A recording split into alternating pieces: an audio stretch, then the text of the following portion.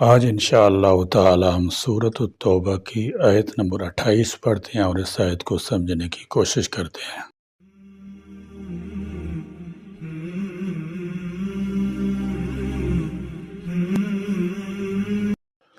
اعوذ باللہ من الشیطان الرجیم، بسم اللہ الرحمن الرحیم۔ یا ایہا الذین آمنوا انما المشرکون نجس فلا يقربوا المسجد الحرام بعد عامهم هذا وإن خفتم عیلة فسوف یغنیکم اللہ من فضلہ ان شاء ان اللہ علیم حکیم۔ یا ایہا الذین، اے وہ لوگو جو آمنو ایمان لائے ہو، انما بے شک المشرکون مشرکین تو ناجس ناپاک ہیں۔ مشرک کے پلید ناپاک ہونے کا مطلب عقائد و اعمال کے لحاظ سے ناپاک ہونا ہے۔ بات کے نزدیک مشرک ظاہر و باطن دونوں اعتبار سے ناپاک ہیں، کیونکہ وہ طہارت، صفائی، پاکیزگی کا سرائے تمام نہیں کرتا جس کا حکم شریعت نے دی ہے۔ مشرکین کے ناپاک ہونے کا مطلب یہ نہیں ہے کہ ان کا جسم ناپاک ہے۔ رسول اللہ صلی اللہ تعالی علیہ وسلم نے مشرکین سے مصافحہ فرمایا، ان کو مسجد نبوی میں ٹھہرایا ہے، ان کے ساتھ کھانا تناول فرمایا، ان کی دعوت قبول کی ہے، ان کا پانی استعمال کیا ہے۔ اس طرح مشرکین کی ایک قسم اہل کتاب یعنی یہودیوں اور عیسائیوں کی ہے۔ قرآن مجید کے بیان کے مطابق یہودی حضرت عزیر علیہ السلام کو اللہ کا بیٹا کہتے تھے، اور عیسائی حضرت مسیح علیہ السلام کو ظاہر ہے کہ یہ کھلا ہوا شرک تھا۔ اس کے باوجود اہل کتاب عورتوں سے نکاح کی اجازت دی گئی اور ان کے ذبیحے کو حلال قرار دیا گیا۔ اگر مشرکین جسمانی طور پر ناپاک ہوتے ہیں تو ان کے ساتھ کیسے اس طرح کے معاملات روا رکھے جاتے ہیں؟ پس یہاں ناپاک ہونے سے مراد عقیدہ کی ناپاکی ہے۔ اس لیے اہل علم نے نقل کی ہے کہ مشرکین کے جسم کے ناپاک ہونے پر فقہاء متفق ہیں۔ نیز قرآن مجید سے بھی پہلے کی مذہبی کتابوں میں بھی اہل باطل کے لیے اس طرح کی تعبیرات اختیار کی گئی ہیں، جیسے شودر کے لیے قابل نفرت ملیچ لوگ کا لفظ۔ اس طرح اتھروید میں بھی غیر مذہب کے لوگوں کے لیے بے عینی پلید ناپاک لفظ استعمال کیا گیا ہے۔ فلا لہذا نہ یقربو قریب جائیں وہ المسجد الحرام مسجد حرام کے بعد عامہم ھذا اپنے سال کے، وَإِنْ اور اگر خفتم تم خوف کرتے ہو عیلۃ مفلسی کا، فسوف تو ان قریب یغنیکم غنی کر دے گا تم کو اللہ من فضلہ اپنے فضل سے، انشاء اگر اس نے چاہا، ان یقیناً اللہ علیم خوب جاننے والا ہے، حکیم بڑا حکمت والا ہے۔ یہ آیت آپ صلی اللہ تعالی علیہ وسلم پر فتح مکہ کے اگلے سال 9 ہجری میں نازل ہوئی اور غیر مسلموں کو حج میں شریک ہونے سے منع فرما دیا گیا۔ اس آیت کی روشنی میں فقہاء کرام رحمۃ اللہ تعالی علیہم نے اس بات پر بحث کی ہے کہ غیر مسلم مسجد میں آ سکتا ہے یا نہیں۔ امام مالک رحمۃ اللہ تعالی نزدیک کسی بھی غیر مسلم کو کسی مسجد میں داخل ہونے کی اجازت نہیں ہوگی۔ امام شافعی رحمۃ اللہ تعالی نزدیک خاص طور پر مسجد حرام میں غیر مسلموں کا داخلہ ممنوع ہوگا، اور مسجد حرام سے مراد پورا حرم مکی ہے، کیونکہ قرآن مجید میں دوسری جگہ مسجد حرام سے پورا حرم شریف مراد لیا گیا ہے۔ امام ابو حنیفہ رحمۃ اللہ علیہ کے نزدیک مسجد حرام کے بشمول کسی مسجد میں غیر مسلم داخل ہونے کی اجازت ہے۔ ان کے نزدیک اس آیت کا مقصد یہ ہے کہ غیر مسلم حج میں شریک نہیں ہو سکتے، کیونکہ یہ آیت اصل میں غیر مسلم کی حج میں شرکت کو روکنے کے لیے نازل ہوئی ہے۔ غور کیا جائے تو امام شافعی کا نقطہ نظر بھی قرآن کے الفاظ رسول اللہ صلی اللہ تعالی وسلم معمول مبارک اور شریعت مسالے نیز دین کے مزاج سے سب سے زیادہ ہم آہنگ معلوم ہوتا ہے۔ یہ غلط فہمی نہ ہونی چاہیے کہ اس میں دوسرے مذہب کے لوگوں سے تعصب برتا گیا ہے۔ حقیقت یہ ہے کہ حرم اقدس دین توحید کا مرکز اور اس کا دارالخلاف ہے۔ جیسے ملک کی پارلیمنٹ اس کے دفاعی مراکز پر غیر متعلق لوگوں کو آنے کی اجازت نہیں ہوتی، اس طرح دین حق کا مرکز ہونے کی وجہ سے ان لوگوں کو یہاں آنے کی اجازت نہیں دی گئی۔ جو اس مقام کے ساتھ محبت احترام اور عقیدہ و ایمان کا تعلق نہیں رکھتے ہیں۔ بعض مسلمانوں کو خیال ہوا کہ جب آئندہ مشرکین حج میں نہیں آئیں گے تو تجارت متاثر ہوگی اور لوگوں کو معاشی نقصان سے دوچار ہونا پڑے گا۔ چنانچہ اللہ تعالیٰ جل شانہ نے ارشاد فرمایا کہ تمہیں فقر و افلاس کا اندیشہ نہیں ہونا چاہیے، کیونکہ روزی دینا اللہ کے ہاتھ میں ہے۔ یہ نقطہ بھی قابل توجہ ہے کہ اللہ تعالیٰ نے فرمایا انشاء، اگر اللہ چاہیں تو تمہیں محتاج نہیں رکھیں گے، یعنی اگر رزق کے لیے اسباب و وسائل کو اختیار کرنا جائز ہے، لیکن یقین اللہ پر ہونا چاہیے کہ اللہ کی مشیت ہی سے رزق میں کشادگی اور تنگی پیدا ہوتی ہے۔ فلا یقرب المسجد الحرام میں مشرکوں کو مسجد حرام کے پاس آنے سے منع کیا گیا۔ مسجد حرام عام طور پر اسے کو کہا جاتا ہے جو بیت اللہ کے چاروں طرف چار دیواری گھری ہوئی ہے، لیکن قرآن حدیث میں بعض اوقات پورے حرم مکہ کے لیے بھی استعمال ہوا ہے جو کئی مربع میل کا رقبہ ہے اور چاروں طرف حضرت ابراہیم علیہ السلام کی قائم کردہ حدود سے گھرا ہوا ہے۔ جہاں سے کہ واقعہ معراج میں من المسجد الحرام سے بالاتفاق یہی معنی مراد لیے گئے ہیں، اور اس لیے کہ واقعہ معراج معروف مسجد حرام کے اندر سے نہیں بلکہ معانی کے مکان سے ہوا۔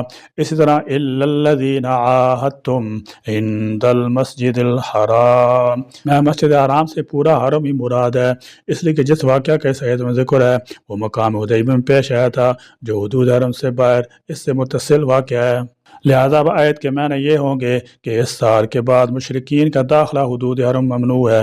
اس سال سے بعد حضرات 10 ہجری مراد لی ہے، مگر جمہور کے نزدیک 9 ہجری راجع ہے، اس لیے کہ آپ صلی اللہ تعالی علیہ وسلم نے اعلان برات حضرت ابوبکر صدیق، حضرت علی مرتضیٰ رضی اللہ تعالی ذریعہ موسم حج میں 9 ہجری میں کرایا تھا، اس لیے 9 ہجری سے 10 ہجری تک مولد کا سال ہے۔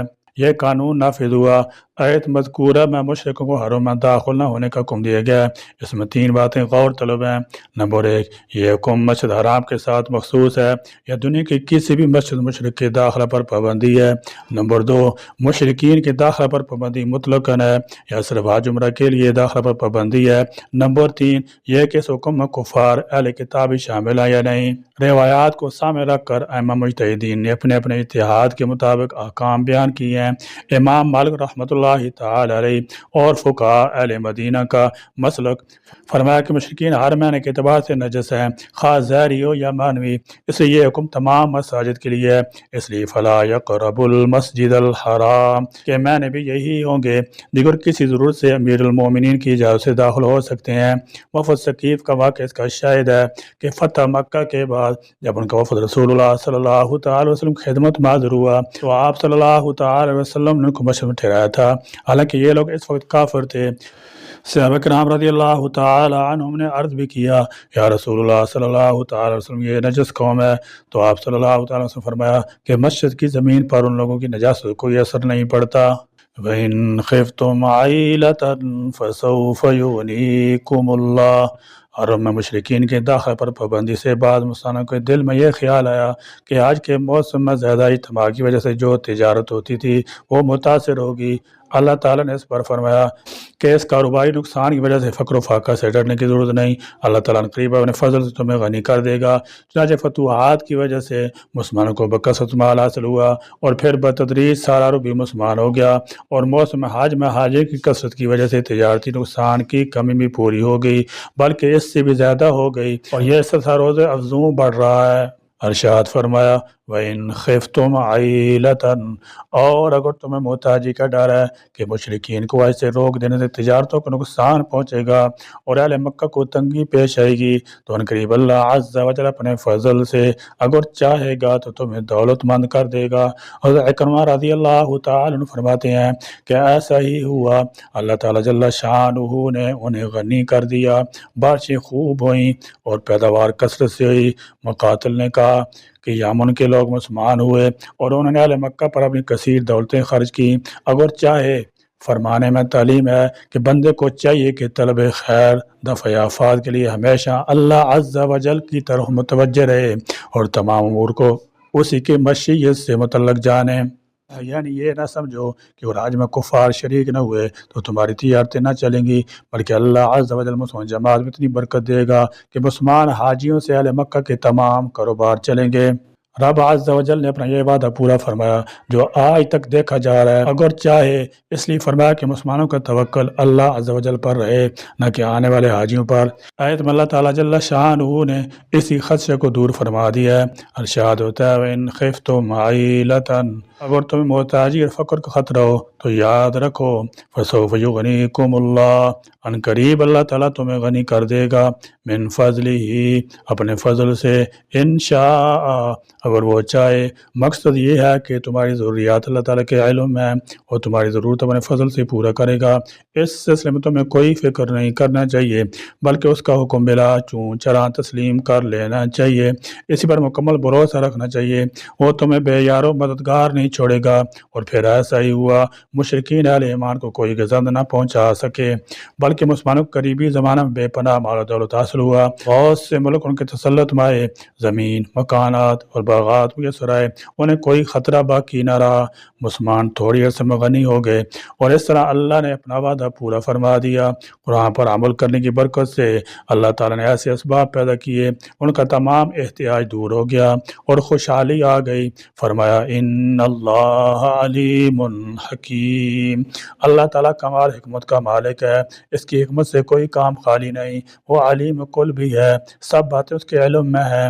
اس نے دین کو غلبہ دیا اور سچے دین کو قائم کرنے کا حکم دیا۔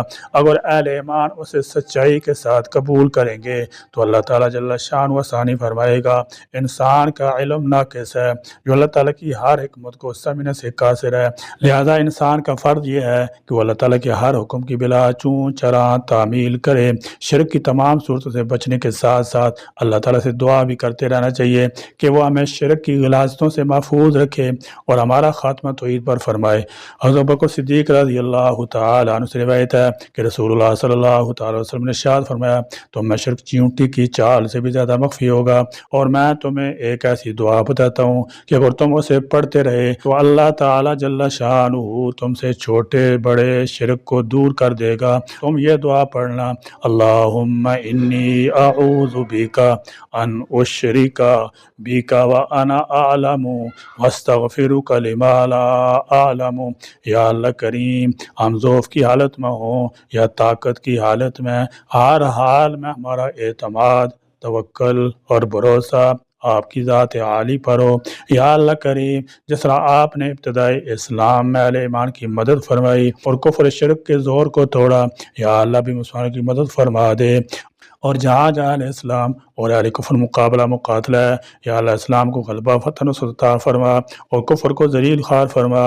یا اللہ کریم، جس گناہ سے نعمت زائل ہو جائے، پردہ دری ہو جائے، مصیبت آ جائے، بیماری لگ جائے، یا اللہ ایسے گناہوں سے ہم کو بچا۔